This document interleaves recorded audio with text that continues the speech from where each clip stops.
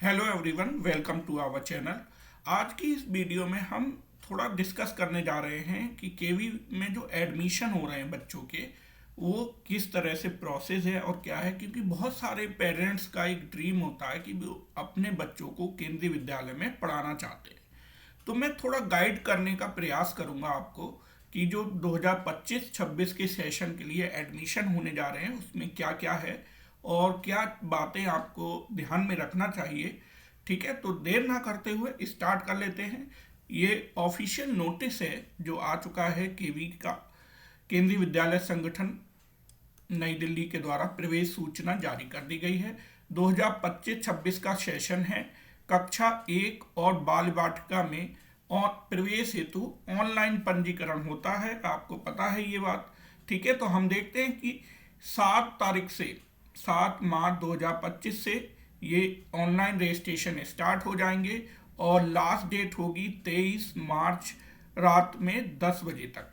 ठीक है, कक्षा एक के लिए जो ऑनलाइन आवेदन है वो आपका केवीएस ऑनलाइन एडमिशन, आप ऑफिशियल साइट पे जाके ही फॉर्म फिल करें। ये मैं आपको बता रहा हूँ, कई सारी ऐसी फर्जी साइट भी बनी हुई हैं जो केवीएस के नाम से हैं लेकिन वो ओरिजिनल नहीं है।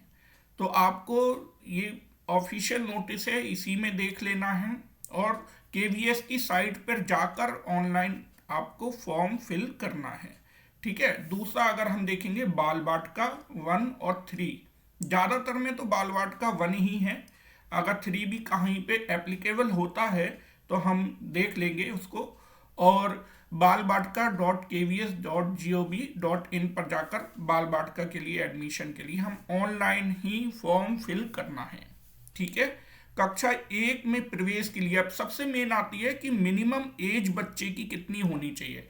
तो देखो, क्लास फर्स्ट में, कक्षा 1 में एडमिशन के लिए न्यूनतम आयु जो है 6 वर्ष होनी चाहिए। बच्चा जो है 6 वर्ष की आयु पूर्ण कर चुका होना चाहिए। और एज की जो गणना है वो कब की जा रही है? 31/3/2025, 31 मार्च को बच्चा 6 साल का होना चाहिए। लेकिन एक आगे में हम ये आपको दिखाऊंगा, उसमें ये चीज भी है कि अगर 1 अप्रैल भी है डेट ऑफ बर्थ किसी बच्चे की तो उसको कंसीडर किया जा सकता है। ठीक है, तो यहाँ पर बाल वाटिका के लिए जो एज है, फर्स्ट के लिए है 3 से 4 वर्ष और सेकंड के लिए है 4 से 5 वर्ष और थर्ड बाल वाटिका थर्ड के लिए 5 से 6 वर्ष की आयु होनी चाहिए। कब? वही 31 को। ठीक है, तो यहाँ पर ये चीज़ें आपने देख ली हैं। ये इम्पोर्टेंट जो नोटिफिकेशन है, मतलब आपको ऑनलाइन कब से भरना है, यहाँ पर हिंदी में नीचे इंग्लिश में दे रखा है। ठीक है, बात वही है सारी। ठीक है, तो ऑनलाइन फॉर्म स्टार्ट हो जाएंगे आपके कब से? कल, यानी 7/3/2025 से, 7 मार्च से ये स्टार्ट हो जाएंगे। अब जो कुछ इंपॉर्टेंट पॉइंट है वो मैं आपको बता देता हूँ, क्या क्या यहाँ पर होता है एडमिशन से संबंधित, क्या क्या चीज़ें हैं। तो यहाँ पर देखते हैं, गाइडलाइन है ये। एक तो इसमें डेफिनेशन दी गई है, सेंट्रल गवर्नमेंट, स्टेट गवर्नमेंट के एम्प्लॉय, ट्रांसफर, ऑटोनोमस बॉडी। यहाँ पर इंपॉर्टेंट है प्रायोरिटीज इन एडमिशन। तो नॉर्मली क्या होता है, जो केंद्रीय विद्यालय में जो सिविल या डिफेंस सेक्टर के अंदर में आते हैं, है ना, सिविल होते हैं और डिफेंस सेक्टर, मतलब जहाँ पर आर्मी कैंट है वहाँ पर डिफेंस सेक्टर से रिलेटेड एडमिशन होते हैं। मतलब कहने का मतलब ये है, कैटेगरी इसमें 5 बताई गई हैं, 5 कैटेगरी में एडमिशन होता है। और बाकी वो RT, SC ST ये सब मैं आगे बताऊंगा। ठीक है, तो एक तो एडमिशन में प्रायोरिटी जो दी जाती है, देखो ये क्या बताया गया है, प्रायोरिटीज यानी प्राथमिकता, किस एडमिशन में किनको प्राथमिकता दी जाएगी। सबसे पहला आता है सेंट्रल गवर्नमेंट के जो एम्प्लॉय के बच्चे हैं उनको सबसे पहले उस उनको बोलते हैं कैटेगरी 1 में। ठीक है, और दूसरा होता है सेंट्रल गवर्नमेंट में ही जो ऑटोनॉमस बॉडीज है, पब्लिक सेक्टर अंडरटेकिंग है। जैसे पब्लिक सेक्टर अंडरटेकिंग में अगर हम देखेंगे तो जैसे BHEL है, भेल है हमारे यहाँ हरिद्वार में, है ना, तो BHEL हो गया। Institute of higher learning of centre government, कुछ हायर एजुकेशन है जहाँ पर इंस्टीट्यूट बने हुए हैं, केबी बने हुए हैं। फिर स्टेट गवर्नमेंट, ऐसे ही स्टेट गवर्नमेंट की जो ऑटोनॉमस बॉडीज हैं, पब्लिक सेक्टर है, स्टेट गवर्नमेंट वाले, ठीक है, तो उनको 4 नंबर कैटेगरी में रखा जाता। तो कैटेगरी 1 हो गया सेंट्रल गवर्नमेंट, दूसरा हो गया सेंट्रल गवर्नमेंट के ही जो ऑटोनॉमस बॉडी है, पब्लिक सेक्टर है, ठीक है, थर्ड है स्टेट गवर्नमेंट, फिर फोर्थ कैटेगरी में आते हैं स्टेट गवर्नमेंट की ऑटोनॉमस बॉडी, और 5 में आते हैं children from any other category. मतलब जो इन 4 कैटेगरी में नहीं आते हैं उनको 5th में रखा जाता है। तो इस तरह से प्रेफरेंस दिया जाता है, ठीक है। अब प्रोजेक्ट वाले स्कूल होते हैं, जैसे प्रोजेक्ट वाला अगर मैं बोलूं तो जैसे ओएनजीसी में कोई स्कूल है ना, ओएनजीसी में कोई स्कूल बना हुआ है तो वो प्रोजेक्ट वाला हो गया, ठीक है। अब इस प्रोजेक्ट वाले में क्या होगा, प्रोजेक्ट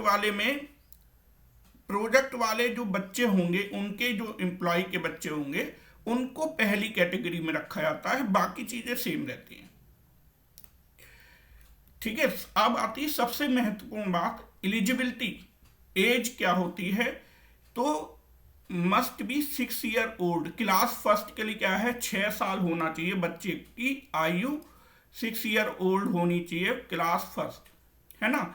अब देखो मैंने बताया था कि यहाँ पर यह भी दिया गया है कि 1 अप्रैल को अगर बच्चा पैदा हुआ है, यानी डेट ऑफ बर्थ बच्चे की 1 अप्रैल है, तो उसको भी कंसीडर किया जाएगा, ठीक है। तो क्लास फर्स्ट में मिनिमम हो गया 6 ईयर और मैक्सिमम बच्चे की एज 8 ईयर हो सकती, मतलब इससे ज़्यादा एज होगी तो क्लास फर्स्ट में एडमिशन नहीं होगा, ठीक है।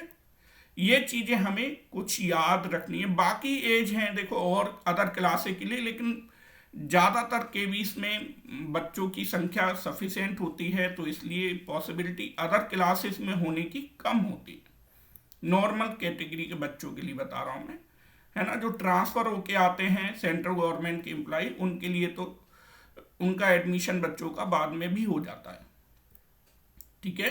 तो ये चीज़ें हो गई। अब देखते हैं, देखो यहाँ पर रिजर्वेशन इन एडमिशन है, तो 15% रिजर्वेशन रहता है एससी कैटेगरी के बच्चों के लिए, 7.5% है एसटी कैटेगरी के, और 27% रिजर्वेशन होता है ओबीसी नॉन क्रीमी लेयर के कैटेगरी के बच्चों के लिए, और सब में 3% रिजर्वेशन रहता है चिल्ड्रन विद स्पेशल नीड्स, ठीक है। तो ये हमारा जो इम्पोर्टेंट चीज़ है वो हो गई। अभी कुछ और इम्पोर्टेंट बातें हैं जो मैं आपको बताने जा रहा हूँ, उसमें नीचे हम देख लेंगे क्या है, कि एक जगह और है इम्पोर्टेंट, अभी हम आपको बताते हैं। नोटिस बहुत बड़ा है, जो इम्पोर्टेंट बातें हैं उन्हीं को, हाँ प्रोसीजर है, देखिए प्रोसीजर क्या है। पहले तो एडवर्टाइजमेंट लोकल न्यूज़ में आएगा, वो सब चीज़ें बताई गई। रजिस्ट्रेशन करना है, रजिस्ट्रेशन ऑनलाइन ही होगा आपका, ठीक है, ये सब बातें गई। अब पेरेंट्स के सामने सबसे मेन समस्या आती है वही क्या क्या डॉक्यूमेंट। तो डॉक्यूमेंट में सबसे इम्पोर्टेंट होता है बच्चे का बर्थ सर्टिफिकेट। पहला डॉक्यूमेंट जो इम्पोर्टेंट है बर्थ सर्टिफिकेट, यानी जन्म का प्रमाण पत्र। तो लोकल एरिया में बनता है बर्थ सर्टिफिकेट हर बच्चे का। अब तो बनवाना क्या है, कंपलसरी है, एक तरह से हर जगह लगता ही है, ठीक है, तो बनवा ही लेना चाहिए उसको। तो ये आप देख लोगे कि बर्थ सर्टिफिकेट होना चाहिए, पहला प्रमाण पत्र सबसे ज़्यादा इम्पोर्टेंट। अगर बच्चा बिलोंग करता है एससी एसटी, सेकंड है कि certificate belong to child SC ST OBC या ईडब्ल्यूएस कैटेगरी का बच्चा है, तो जो स्टेट गवर्नमेंट द्वारा जो सर्टिफिकेट जारी किया जाता है या केंद्र सरकार की जो भी प्रोसेस बना हुआ है, जिनको अधिकार है ये सर्टिफिकेट बनाने का, उसके द्वारा बनाया गया ये सर्टिफिकेट चाहिए। मतलब कास्ट सर्टिफिकेट दूसरा इंपॉर्टेंट नीड है। अगर चाइल्ड है विद स्पेशल नीड्स, तो जो सर्टिफिकेट होता है जो गवर्नमेंट हॉस्पिटल से बनता है, सिविल सर्जन का, है ना, उनके द्वारा बनाया हुआ सर्टिफिकेट होना चाहिए। और सेंट्रल गवर्नमेंट या स्टेट गवर्नमेंट के एम्प्लॉय के लिए सर्विस सर्टिफिकेट लगेगा, है ना। उसके बाद अगर कोई रिटायर्ड डिफेंस पर्सन है उनके लिए वो सर्टिफिकेट होता है। और इम्पोर्टेंट है प्रूफ ऑफ रेसिडेंट, ठीक है, प्रूफ ऑफ रेसिडेंट। तो जो मेट्रो शहर होते हैं, रेसिडेंट का प्रूफ इसलिए आवश्यक होता है क्योंकि आसपास के जो बच्चे होते हैं उनको प्रेफरेंस दिया जाता है। उस स्कूल के रेडियस के आसपास के बच्चों को प्रेफरेंस दिया जाता है। नॉर्मल क्या होता है, मेट्रो जो शहर हैं, बड़े शहरों में 5 किलोमीटर का क्राइटेरिया होता है और छोटे शहरों में जो है वो 8 किलोमीटर के रेडियस का माना जाता है, ठीक है। तो ये आपके ऑनलाइन फॉर्म जो है स्टार्ट हो गए हैं, ठीक है। अब सबसे इंपॉर्टेंट यहाँ पर आता है जो आरटीई के तहत एडमिशन होते हैं, राइट टू एजुकेशन एक्ट 2009, है ना। तो आरटीई में जो है out of available seat fresh admission 20% seat reserve होती हैं। किसके लिए? आरटीई के लिए, आरटीई के लिए रिजर्व होती हैं, ठीक है। और उसके अलावा 15% मैंने बताया था एससी कैटेगरी के बच्चों के लिए, 7.5% एसटी और 27% सीट ओबीसी के बच्चों के लिए रिजर्व होगी। तो एक सेक्शन में 40 बच्चों का एडमिशन नॉर्मली होता है, 40 स्ट्रेंथ होती है, अप टू कहा जाता है, यानी अप टू 40 बच्चे। मतलब कहीं कहीं कम भी हो सकते हैं, जैसे हम अगर उत्तराखंड में देखेंगे तो जो हिल स्टेशन है, पहाड़ है, वहाँ पे 40 से कम भी होते हैं, ठीक है। तो 40 स्टूडेंट पर सेक्शन के हिसाब से एडमिशन अगर हम देखेंगे तो आरटी कोटे में 10 सीट अवेलेबल होती हैं, ठीक है, विच में include below mention seats reserve for SC ST OBC.